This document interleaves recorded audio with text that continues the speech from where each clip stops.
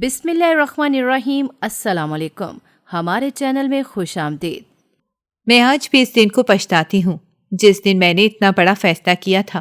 میں اس وقت اندھیرے کمرے میں سر جھکائے بیٹھی تھی اور اپنی آنے والی زندگی کے بارے میں سوچ رہی تھی، وہ زندگی جس میں مجھے شاید کبھی بھی خوشیاں نہیں ملیں گی، بلکہ ہر قدم پر ذلت اور رسوائی کا سامنا ہی کرنا پڑے گا۔ اپنے باپ کے گھر میں کم از کم مجھے عزت تو نصیب تھی، یہاں تو یہ عزت بھی نصیب نہیں تھی۔ میرے ساتھ کسی ملازمت سے بھی بدتر برتاؤ کیا جاتا تھا، بات بات پر مجھے تضحیک و تحقیر کا نشانہ بناتے رہتے تھے۔ میں یہ سب کچھ سہتے سہتے اب تھکنے سے لگی تھی۔ میرے اندر یہ سب برداشت کرنے کی ہمت بالکل ہی ختم ہو گئی تھی۔ ایسا لگ رہا تھا کہ اگر چند دن اور یہاں رہی تو شاید میرا دماغی توازن خراب ہو جائے یا پھر میں خود ہی اپنے ہاتھوں سے اپنی جان لے لوں۔ اسی اثنا میں باہر سے قدموں کی آہٹ سنائی دینے لگی تھی۔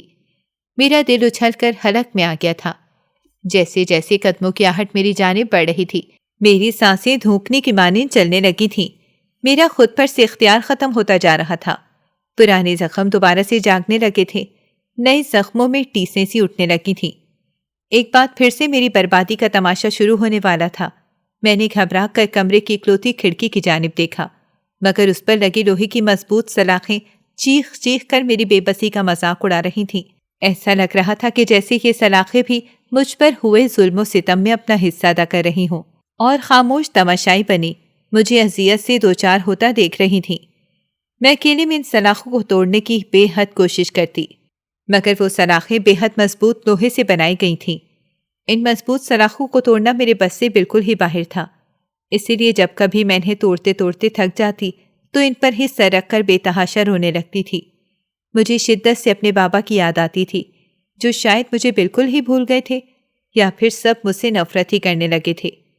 اس سب کی وجہ سے مجھے اپنے ہی وجود سے بے تحاشا نفرت ہونے لگی تھی۔ جب کبھی اپنے بابا کی یاد مجھے شدت سے آتی تو میرا شدید رونے کا دل کرتا تھا۔ میرا دل کرتا تھا کہ میں اپنے سارے دکھوں کو اپنے آنسوؤں میں بہا دوں، مگر پھر بھی میرے دل کا درد کسی صورت کم نہیں ہوتا تھا، بلکہ روز بروز میرے درد میں شدت ہی آتی جا رہی تھی۔ اسی اثنا میں دروازے کا لاک کھلا۔ میں مدہوش نظروں سے دروازے کی طرف دیکھنے لگی۔ اندر آنے والی عورت کو دیکھ کر میں نے اذیت سے آہنی آنکھیں میچی۔ اس عورت نے ایک قہر بھری نظر میرے لرزتے ہوئے سراپے پر ڈالی اور آگے بڑھ کر مجھے بالوں سے پکڑ کر کھڑا کر دیا۔ میں کسی کٹی پتنگ کی طرح کھینچتی چلی گئی۔ اس نے مجھے اپنے سامنے کھڑا کر کے میرے منہ پر پے در پے تھپڑ مارے، یہاں تک کہ میں خود کی دفاع کی بھی کوشش نہیں کر سکتی تھی، کیونکہ میرا ایسا کرنا اس عورت کو اور زیادہ غصہ دلاتا تھا۔ اس وجہ سے میں سر جھکائے خاموشی سے مار کھاتی رہی۔ میری آنکھوں سے آنسو نکل کر بے مول ہو کر زمین پر گرتے ہی جا رہے تھے۔ جب وہ عورت مجھے مارتے مارتے تھک گئی تو اس عورت نے ایک جھٹکے سے میرے بال چھوڑے اور مجھے زمین پر دھکا دیا۔ میرے پیروں میں بھی کھڑے رہنے کی سکت ختم ہو گئی تھی۔ جیسے ہی اس نے مجھے دھکا دیا میں اوندھے منہ زمین پر گر گئی۔ پھر اس عورت نے مجھ سے کہا کہ اٹھ کر باہر آ، کب تک یوں ہی پڑی رہے گی؟ میں نے رحم طلب نظروں سے اس عورت کی طرف دیکھا، مگر وہ تو جیسے رحم کے لفظ سے ہی ناشنا تھی۔ میں اپنا دکھتا ہوا وجود سنبھال کر فوراً ہی کھڑی ہو گئی اور اس عورت کے پیچھے پیچھے چلنے لگی۔ وہ مجھے اپنے بڑے سے گھر میں بنے باورچی خانے میں لے گئی۔ وہاں پہنچ کر اس نے ایک جانب اشارہ کیا۔ میں نے اس کے اشارے کی سمت دیکھا تو وہاں برتنوں کا ڈھیر پڑا ہوا تھا۔ ایسا لگ رہا تھا کہ جیسے کسی دعوت کا اہتمام کیا گیا ہو اور اس کے یہ سارے برتن ہوں۔ اب یہ سارے برتن مجھے ہی دھونے تھے۔ اگر ان برتنوں کو دھونے میں مجھ سے ذرا سی بھی کوتاہی ہو جاتی تو پھر مار ایک نئے سرے سے میرا مقدر ہوتی۔ اسی لیے میں نے فوراً سے وقت ضائع کیے بغیر وہ سارے برتن دھونے شروع کر دیے، کیونکہ ابھی اس کے بعد مجھے پورے گھر کی صفائی بھی کرنی تھی اور پھر کپڑے بھی دھونے تھے، اور ان سب کاموں میں کسی بھی کوتاہی کی کوئی گنجائش نہیں تھی، ورنہ جو باسی روٹی مجھے کھانے کے لیے ملتی تھی وہ بھی روک دی جاتی تھی، اور میں حسرت سے ان سب کو تازہ اور مزیدار کھانا کھاتے ہوئے دیکھتی رہتی تھی، اور مجھے 2-3 دن پرانی باسی روٹی کھانے کے لیے دی جاتی تھی۔ کبھی مجھے اس کے ساتھ بچا ہوا 2-3 نوالوں کا سالن دے دیا جاتا تھا، تو کبھی مجھے وہ روٹی پانی میں بھگو کر کھانا پڑتی تھی۔ ایسی زندگی سے مجھے موت بہتر لگنے لگی تھی۔ میں خودکشی کے طریقے سوچنے لگی تھی۔ اس زندگی سے میں تنگ آ چکی تھی اور اب میرے پاس کوئی راستہ نہیں بچا تھا۔ میں بالکل ہی مایوس ہو چکی تھی۔ میری ایک غلطی کی مجھے اتنی بڑی سزا ملے گی، میں نے یہ کبھی سوچا بھی نہیں تھا۔ میں نے غریب گھرانے میں آنکھ کھولی تھی۔ آنکھ کھولتے ہی غربت کو اپنا مقدر پایا تھا، مگر چونکہ میں اپنے ماں باپ کی اکلوتی بیٹی تھی تو میرے ماں باپ مجھ سے بے انتہا محبت کرتے تھے اور مجھے کبھی کسی چیز کی کمی محسوس ہونے نہیں دیتے تھے۔ یہی وجہ تھی کہ میرا پورا بچپن بے انتہا خوبصورت اور ہنستے کھیلتے گزرا تھا۔ مجھے اس بات کا اندازہ ہی نہیں تھا کہ میں کس قدر غربت میں اپنی زندگی بسر کر رہی ہوں، مگر جیسے جیسے میں اپنی عمر کی منزلیں طے کرتی گئی مجھے اندازہ ہوتا رہا کہ میں نے غربت کی کوکھ میں آنکھ کھولی ہے اور اب یہ غربت ہی میرا مقدر ہے۔ مگر پھر بھی مجھے اپنی زندگی سے کوئی شکوہ نہیں تھا، بلکہ میں بہت ہی سکون اور اطمینان سے اپنی زندگی بسر کر رہی تھی۔ میرے ماں باپ دونوں ہی مجھ سے بے انتہا پیار کرتے تھے، اسی وجہ سے میری زندگی میں بہت ساری خوشیاں تھیں۔ مگر اکثر میں اپنے ابا کو اس بات پر اداس دیکھتی تھی کہ ان کا کوئی بیٹا نہیں ہے۔ ان کو یوں اداس دیکھ کر میرا دل بری طرح سے دکھ جاتا تھا اور میں سوچنے لگ جاتی تھی کہ کیا میرا وجود میرے ابا کے لیے کافی نہیں ہے جو وہ یوں بیٹے کے خواہش مند ہیں۔ ابا اکثر اماں سے کہتے تھے کہ ان کا کوئی بیٹا نہیں ہے تو بڑھاپے میں ان کا سہارا کون بنے گا۔ اماں ابا کی یہ بات سن کر خاموشی سے ان کا چہرہ دیکھتی رہتی تھیں۔ ان کے پاس ابا کو کچھ بھی کہنے کے لیے الفاظ نہیں ہوتے تھے۔ اماں کے چہرے سے ہی ان کی بے بسی کا بخوبی اندازہ لگایا جا سکتا تھا۔ اکثر تو اماں بھی ابا کی غیر موجودگی میں بیٹا نہ ہونے پر آہیں بھرتی نظر آتی تھیں، اور یہ سب کچھ دیکھ کر مجھے بے حد غصہ آتا تھا اور میں سوچا کرتی تھی کہ میں اپنے اماں ابا کا بیٹا بن کر دکھاؤں گی۔ مگر میں اس وقت یہ بات نہیں جانتی تھی کہ بیٹا بننا اتنا آسان ہرگز بھی نہیں ہے۔ یہ مردوں کا معاشرہ ہے، یہاں اکیلی لڑکی کو سب لوگ بھوکی نظروں سے دیکھتے ہیں اور ہم وقت اس کے شکار کے طاق میں بیٹھے رہتے ہیں۔ ابا ایک آفس میں چپراسی تھے، وہاں کی تنخواہ سے بامشکل ہی گھر کی گزر بسر ہو رہی تھی، مگر پھر بھی ہمارا گزارا اچھے سے ہو جاتا تھا کیونکہ ہماری ایسی کوئی خواہش نہیں تھی۔ محدود آمدنی میں بھی ہم لوگ اپنی زندگی اچھے سے گزار رہے تھے۔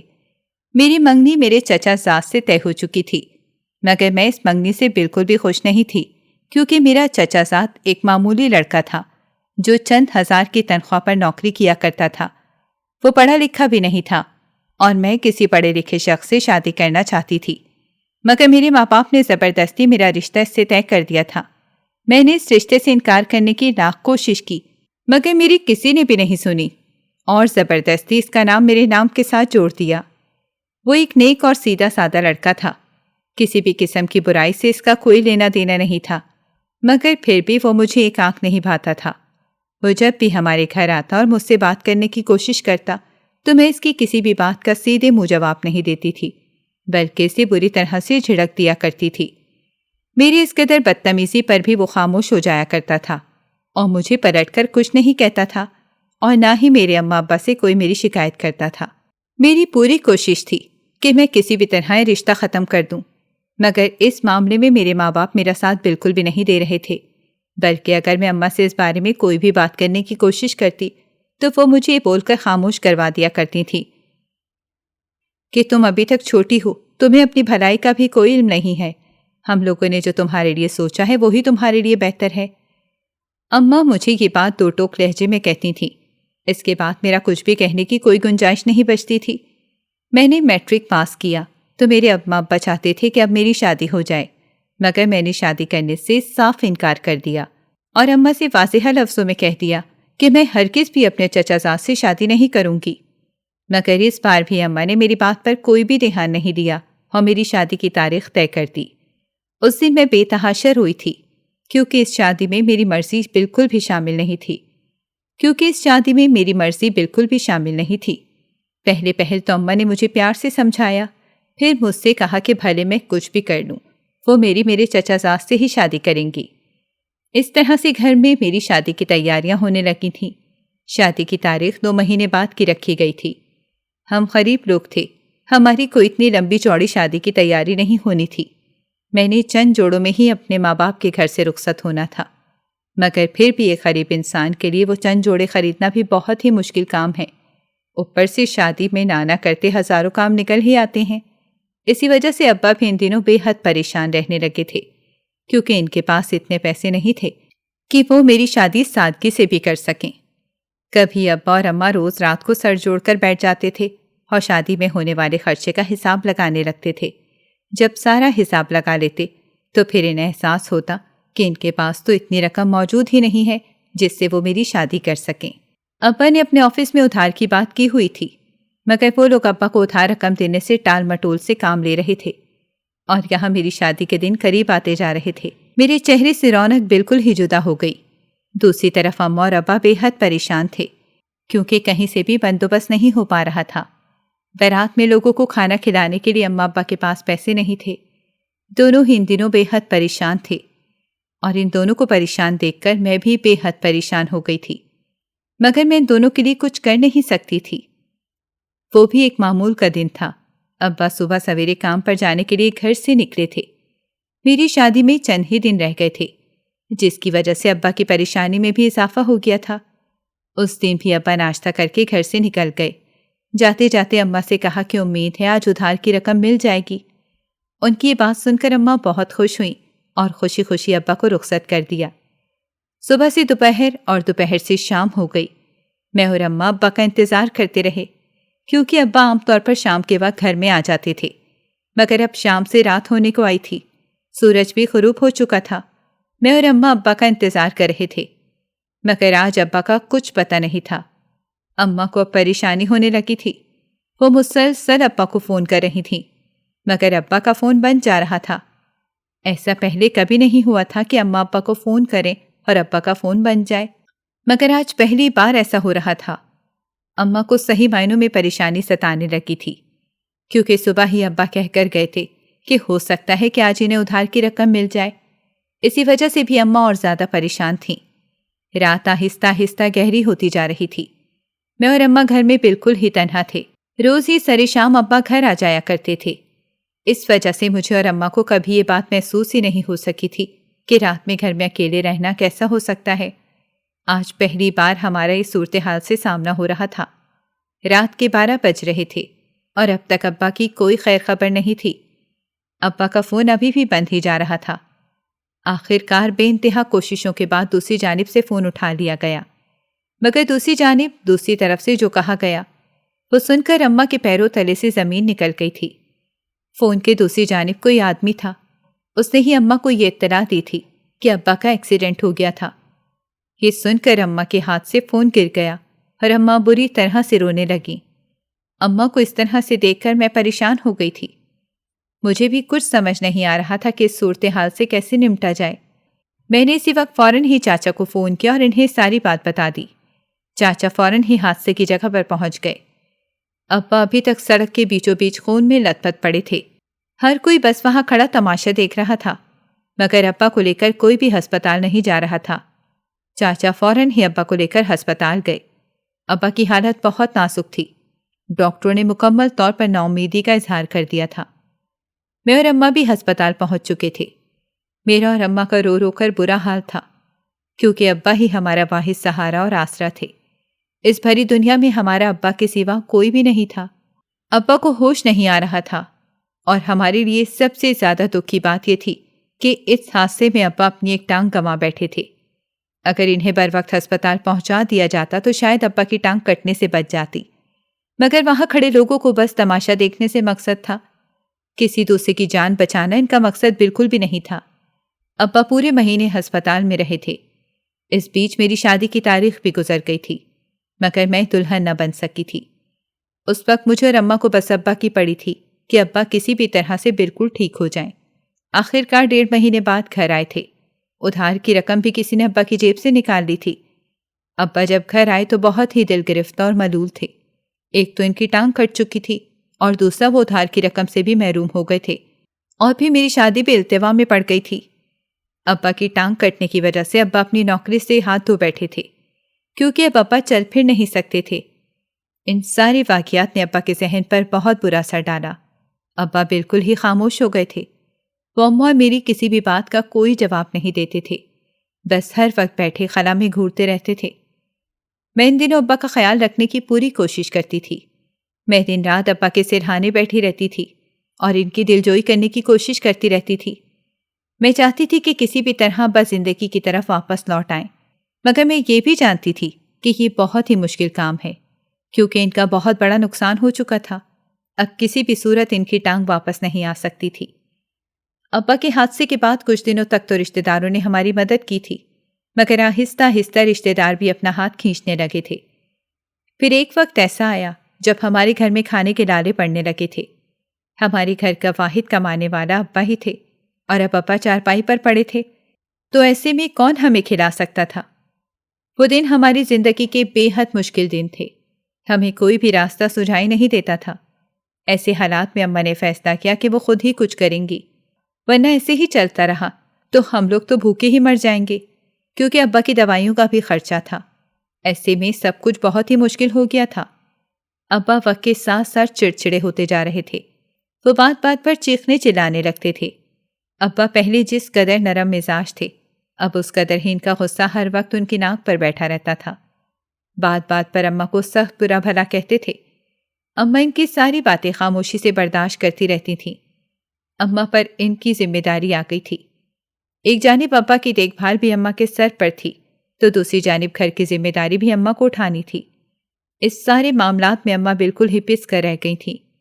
کافی سوچ بچار کے بعد اس بات کا اماں نے یہ حل نکالا کہ اماں مجھے روز شام میں بریانی بنا کر دیا کریں گی، اور میں وہ گھر سے باہر جا کر بیچا کروں گی، کیونکہ اماں ابا کو گھر میں تنہا چھوڑ کر گھر سے باہر نہیں جا سکتی تھیں۔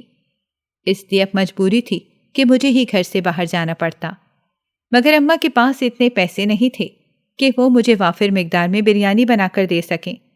اس کے لیے اماں پڑوس میں گئیں تاکہ ان سے کچھ رقم ادھار لے سکیں اور یہ کام شروع کر سکیں، مگر جب وہ پڑوس میں ادھار مانگنے گئیں تو ان لوگوں نے ادھار دینے سے صاف انکار کر دیا اور اماں کے منہ پر ٹکا سا جواب دے دیا۔ اماں کو ان لوگوں سے انکار کی بالکل بھی امید نہیں تھی، کیونکہ اماں کئی جگہ پر ان کے بہت کام آئی تھیں، مگر اب جب وقت پڑا تو ان لوگوں نے آنکھیں پھیر لیں۔ اماں گھر آ کر بہت روئی تھیں، یہاں تک کہ روتے روتے اماں کی ہچکی بن گئی تھی۔ جب اماں نے دیکھا کہ کہیں سے بھی پیسوں کا آسرا نہیں ہو رہا تو انہوں نے صندوق سے وہ بالیاں نکال لیں جو انہوں نے مجھے جہیز میں دینے کے لیے سنبھال کر رکھی ہوئی تھیں۔ ابا کے حادثے کے بعد میری شادی کا معاملہ التوا میں پڑ گیا تھا، کیونکہ جب تک ابا ٹھیک نہیں ہو جاتے میری شادی نہیں ہو سکتی تھی۔ اس بات پر میں نے سکھ کا سانس لیا تھا، کیونکہ میں تو پہلے ہی یہ شادی نہیں کرنا چاہتی تھی۔ وہ بالیاں نکالتے ہوئے اماں کی آنکھوں میں آنسو تھے، کیونکہ یہ ایک واحد قیمتی چیز تھی جو وہ مجھے جہیز میں دے رہی تھیں، اور آج وہ بھی ختم ہونے جا رہی تھی۔ اماں میرے ساتھ بازار جا کے ان بالیوں کو بیچ کر آ گئیں، اور ان بالیوں کو بیچ کر اماں کو جو پیسے ملے، اماں نے اس سے فوراً بریانی بنانے کے لیے سامان خرید لیا اور باقی پیسے اٹھا کے سنبھال کر رکھ دیے۔ اگلے دن صبح سویرے ہی باورچی خانے میں مصروف تھیں۔ گھر میں شور کی آواز سن کر میں بھی اٹھ کر اماں کے پاس ہی آ گئی تھی۔ اماں کو باورچی خانے میں مصروف دیکھ کر میں بھی ان کا ہاتھ بٹانے لگی تھی۔ اب ہمیں اس طرح زندگی سے سمجھوتا کرنا ہی تھا۔ اماں بار بار مجھ سے چھپ کر اپنے آنسو صاف کر رہی تھیں۔ میں بھی اماں کے آنسوؤں سے نظریں چرائے کام میں مصروف رہی۔ شام تک بریانی بھی تیار ہو گئی تھی۔ ہمارے گھر کے قریب ہی ایک مصروف سڑک تھی۔ اماں نے مجھے وہاں جا کر بریانی بیچنے کا کہا تھا، کیونکہ وہ سڑک بازار کے پاس بھی تھی۔ اس طرح میں وہاں بریانی بیچ کر کافی پیسے کما سکتی تھی۔ آج پہلا دن تھا اور مجھے سب کا کچھ پتہ نہیں تھا، تو اماں بھی میرے ساتھ گئی تھی۔ میں وہاں سڑک کنارے جا کر بیٹھ گئی اور اپنے سامنے بریانی کا پتیلا رکھ لیا تھا۔ دو عورتوں کو بریانی بیچتا دیکھ کر وہاں کچھ ہی دیر میں رش لگ گیا، اور دیکھتے ہی دیکھتے ہماری ساری بریانی ختم ہو گئی۔ اماں نے بہت محنت سے بریانی بنائی تھی، اور اماں کے ہاتھ میں ذائقہ بھی تھا۔ جب ہی ہماری ساری بریانی بک گئی اور ہمیں پہلے ہی دن 2000 روپے کا منافع ہوا تھا۔ میں اور اماں اپنا سارا سامان سمیٹ کر خوشی خوشی گھر کی جانب آئے تھے۔ ہمیں یقین نہیں آ رہا تھا کہ پہلے ہی دن ہماری ساری بریانی بک جائے گی اور ہمیں منافع بھی ہوگا۔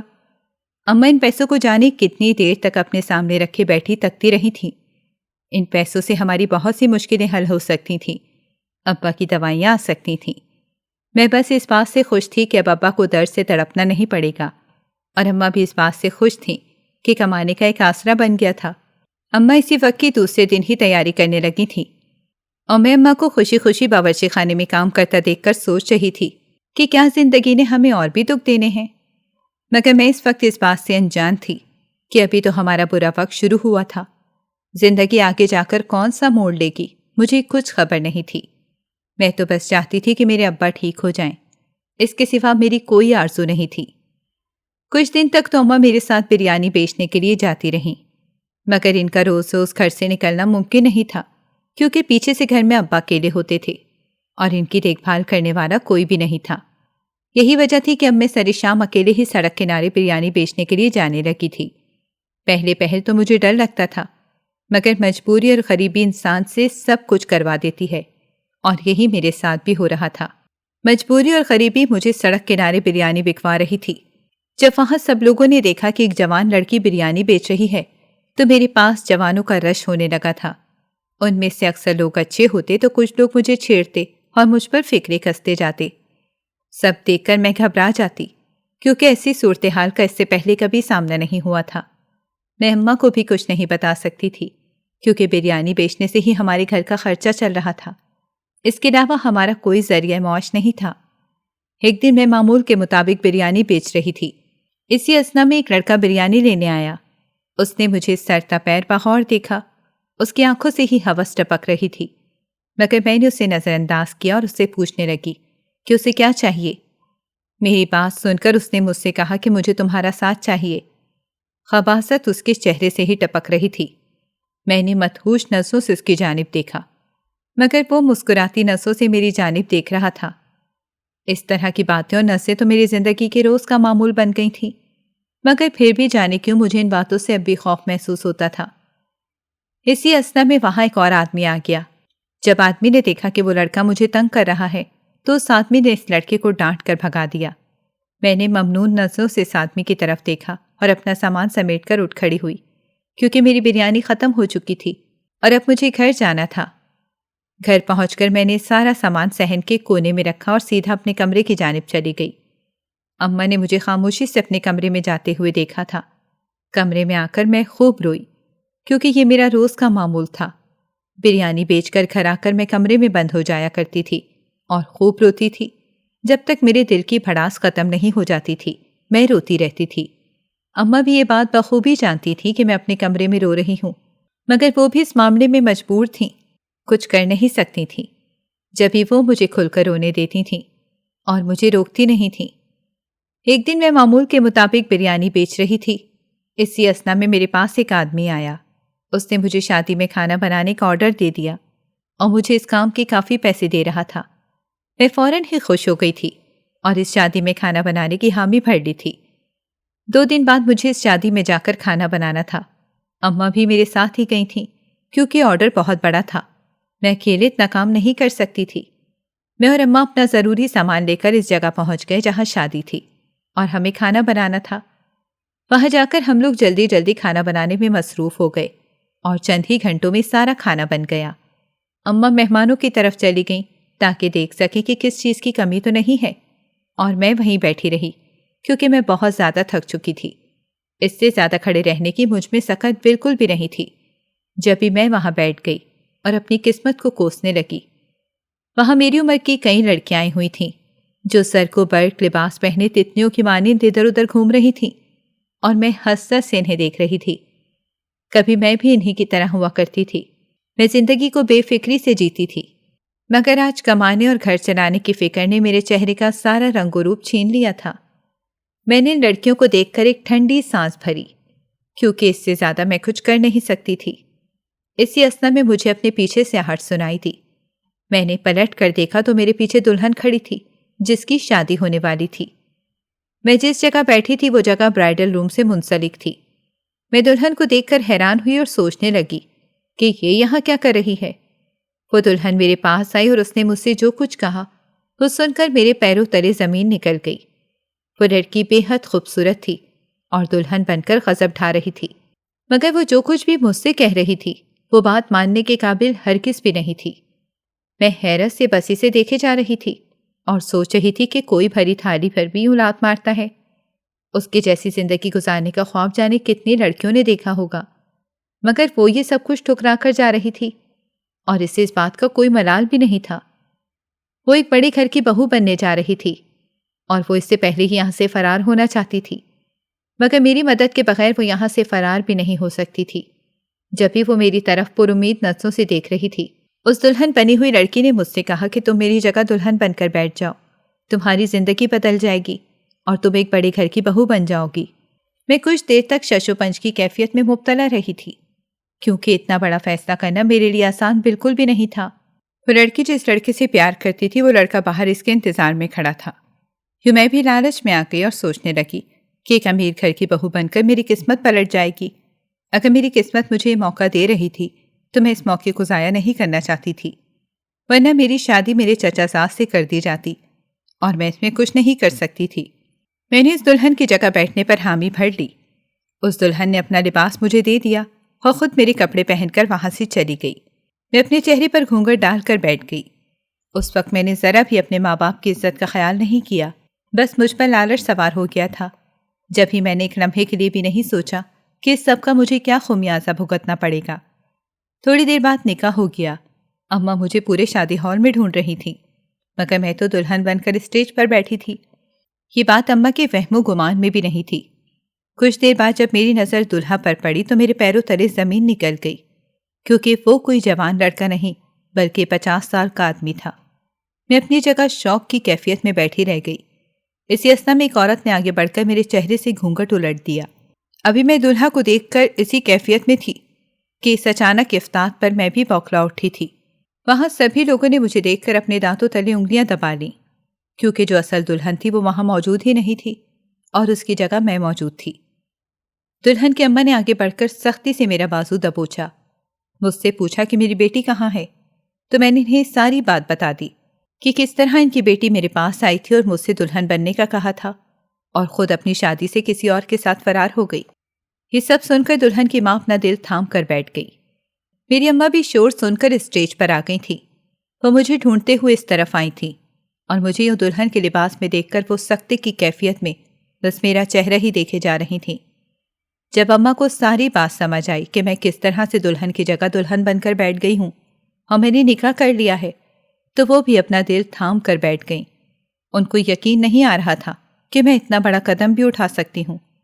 اماں نے آگے بڑھ کر میرے منہ پر پے در پے تھپڑ مار دیے اور مجھ سے کہا کہ تم نے کیا سوچ کر یہ نکاح کیا ہے؟ تم پاگل ہو گئی ہو کیا؟ کوئی بھی تمہیں اپنی جگہ بیٹھنے کا بولے اور تم بیٹھ جاؤ گی؟ اماں کی بات سن کر میں نے شرمندگی سے سر جھکا لیا، کیونکہ بظاہر تو میں نے بنا سوچے سمجھے ہی یہ فیصلہ کیا تھا۔ اماں مسلسل روئے جا رہی تھیں، کیونکہ بھری محفل میں سبھی لوگ مجھے اور اماں کو ہزاروں باتیں سنا رہے تھے۔ میں نے اماں سے کہا کہ آپ ایک بار میری بات سنیں، مگر انہوں نے میرا ہاتھ جھٹک دیا اور مجھ سے کہا کہ آج کے بعد تمہارا ہم سے کوئی تعلق نہیں ہے، تم ہمارے لیے مر چکی ہو۔ میں اماں کی یہ بات سن کر رونے لگی اور اماں سے کہنے لگی کہ آپ ایسا مت کریں، میں آپ کے اور ابا کے بنا نہیں رہ سکتی ہوں۔ میری بات سن کر اماں نے کہا کہ تمہیں اپنے باپ کی ذرا بھی فکر ہوتی تو تم یہ قدم اٹھانے سے پہلے 100 بار سوچتی، مگر تمہیں تو ہماری اور ہماری عزت کی کوئی فکر ہی نہیں ہے۔ یہ کہہ کر وہ مجھے وہیں چھوڑ کر چلی گئیں۔ اماں کے جانے کے بعد مجھے احساس ہوا کہ میں نے جانے انجانے میں کتنا بڑا قدم اٹھا لیا ہے اور اب مجھے اپنی اس غلطی کا خمیازہ بھگتنا پڑے گا۔ وہاں سب لوگ مجھے کٹیلی نظروں سے دیکھ رہے تھے۔ ان لوگوں کا بس نہیں چل رہا تھا کہ وہ لوگ مجھے جان سے مار دیں، اور میں سب کے بیچ مجرموں کی مانند سر جھکائے کھڑی تھی۔ اتنے میں جس شخص سے میرا نکاح ہوا تھا اس کی آواز میرے کانوں سے ٹکرائی، جو اپنی بہن سے کہہ رہا تھا کہ رخصتی کی تیاری کریں۔ میں نے حیرت سے سر اٹھا کر اپنے نام نہاد شوہر کی جانب دیکھا، جس سے دھوکے سے میں نکاح کر چکی تھی اور اس کی بیوی بن چکی تھی۔ وہ مجھے رخصت کروا کر اپنے گھر لے جا رہا تھا۔ کچھ دیر بعد میری اس کے ساتھ رخصتی ہو گئی اور میں رخصت ہو کر اس کے گھر آ گئی۔ اس آدمی کا گھر بے حد خوبصورت تھا، ایسا لگ رہا تھا کہ میں کسی محل میں آ گئی ہوں، مگر میں اس وقت یہ بات نہیں جانتی تھی کہ یہ محل میرے لیے قید خانہ ثابت ہوگا۔ میرا شوہر مجھے گھر کے دروازے پر چھوڑ کر باہر سے ہی واپس جا چکا تھا۔ میرے شوہر کی ایک بہن تھی جو اس کے ساتھ ہی اس گھر میں رہتی تھی۔ اس نے مجھے گھر کے اندر آنے کا بھی نہیں کہا اور مجھ پر ایک خود سے بھری نظر ڈال کر اپنے کمرے میں چلی گئی اور میں گھر کی دہلیز پر اکیلی کھڑی رہ گئی۔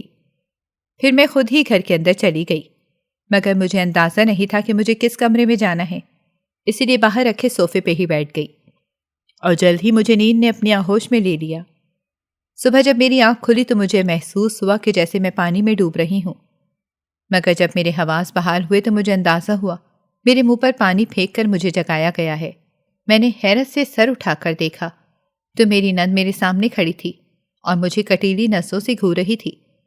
اس نے مجھ سے کہا کہ مہارانی اٹھ جاؤ، بہت سو لیا، یہ تمہارے باپ کا گھر نہیں ہے جو تم اس طرح سے سو رہی ہو۔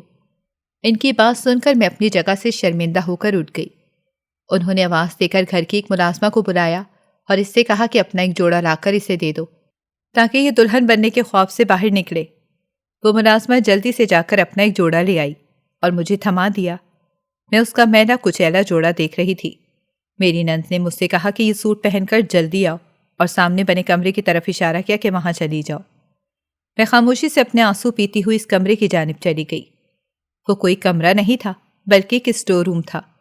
میں کپڑے بدل کر باہر آئی تو میری نند نے مجھے سارے گھر کے کام سونپ دیے۔ میرے شوہر کا کچھ پتہ نہیں تھا۔ میں نے رات کے بعد انہیں نہیں دیکھا تھا۔ 2 دن تک میری نند مجھ سے سارے گھر کے کام کرواتی رہی اور میں خاموشی سے اس کا حکم ماننے پر مجبور تھی کیونکہ اس کے سوا میرے پاس اور کوئی چارہ بھی نہیں تھا۔ 2 دن بعد جب میں رات کو برتن دھو رہی تھی تو میری نظر اپنے شوہر پر پڑی۔ وہ رات گئے گھر واپس لوٹ رہے تھے اور اب اپنے کمرے کی جانب جا رہے تھے، مگر انہیں مخاطب کرنے کی مجھ میں بالکل بھی ہمت نہیں تھی، اسی لیے میں خاموشی سے اپنا کام کرتی رہی۔ اب روز کا یہ معمول ہو گیا تھا کہ میری نند مجھ پر بے انتہا ظلم کرتی، یہاں تک کہ وہ مجھ پر ہاتھ اٹھانے سے بھی نہیں چوکتی تھی۔ میں اسے واسطے دیتی کہ میرے ساتھ یہ ظلم نہ کرو، مگر وہ تو جانے کس چیز کا بدلہ مجھ سے لے رہی تھی۔ وہ ہر ممکن کوشش کرتی کہ مجھے سکون سے نہ رہنے دے۔ اس نے مجھے رہنے کے لیے اسٹور دیا، میں وہیں سوتی تھی، مگر پھر بھی اسے سکون نہیں ملتا تو وہ وہاں پر مجھ پر ہر ظلم ڈھانے آ جاتی تھی۔ میرا شوہر تو مجھے یہاں لا کر مجھ سے مکمل ہی بیگانہ ہو گیا تھا۔ اسے علم نہیں تھا کہ میرے ساتھ اس گھر میں کیا ہو رہا ہے۔ ایسے میں مجھے اپنے ماں باپ کی یاد شدت سے آتی تھی۔ سوچا کرتی تھی کہ جب میرے ابا کو میری اس حرکت کا علم ہوا ہوگا تو ان پر کیا گزری ہوگی۔ اس سوچ کے آتے ہی میرا دل دکھ سے بھر جایا کرتا تھا اور میں خود کو کوستی رہتی تھی کہ کیوں میں نے اتنا بڑا قدم اٹھایا، کیوں میں نے اس وقت نہیں سوچا کہ مجھے اس سب کے کیا نتائج بھگتنے پڑیں گے۔ ایک دن میری نند معمول کے مطابق مجھ پر ظلم کر رہی تھی، تبھی اسی اثنا میں میرے شوہر اچانک ہی گھر میں آ گئے۔ ان کو اچانک گھر میں داخل ہوتا دیکھ کر میری نند کے ہاتھ رک گئے جو مجھے تھپڑ مارنے کے لیے اٹھا رہی تھیں۔ میرے شوہر نے بے یقینی سے اپنی بہن کو دیکھا، پھر انہوں نے آگے بڑھ کر میرے بال اپنی بہن کی مضبوط گرفت سے آزاد کروائے اور اپنی بہن کی جانب ملامت بھری نظروں سے دیکھا۔ ان کی نظروں میں ایسا کچھ تھا کہ ان کی بہن نظریں جھکانے پر مجبور ہو گئی۔ میرے شوہر نے اپنی بہن سے کہا کہ آپا، آپ کو یہاں آئے ہوئے کافی دن ہو گئے ہیں، آپ اپنے گھر چلی جائیں، آپ کے بچے آپ کو یاد کر رہے ہیں۔ میرے شوہر کے منہ سے یہ بات سن کر میری نند نے شرمندگی سے سر جھکا لیا۔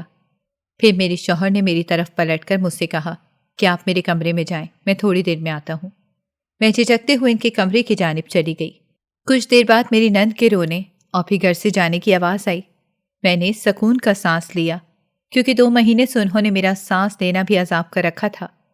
کچھ دیر بعد میرے شوہر کمرے میں آئے تو میں اپنی جگہ کھڑی ہو گئی، مگر ان کے سامنے میرا سر نہیں اٹھ سکا۔ میں تمہیں اتنی آسانی سے بیوی کا درجہ نہیں دے سکوں گا، مگر میں پوری کوشش کروں گا کہ تمہیں خوش رکھوں۔ ان کے منہ سے یہ بات سن کر مجھے اطمینان ہوا کہ مجھ پر کوئی ظلم نہیں کریں گے۔ پھر انہوں نے مجھ سے کہا کہ چلو تمہیں تمہارے ماں باپ سے ملوا دوں۔ میں ان کی یہ بات سن کر پھر سے جی اٹھی اور فوراً ہی اپنے ماں باپ کے پاس جانے پر راضی ہو گئی۔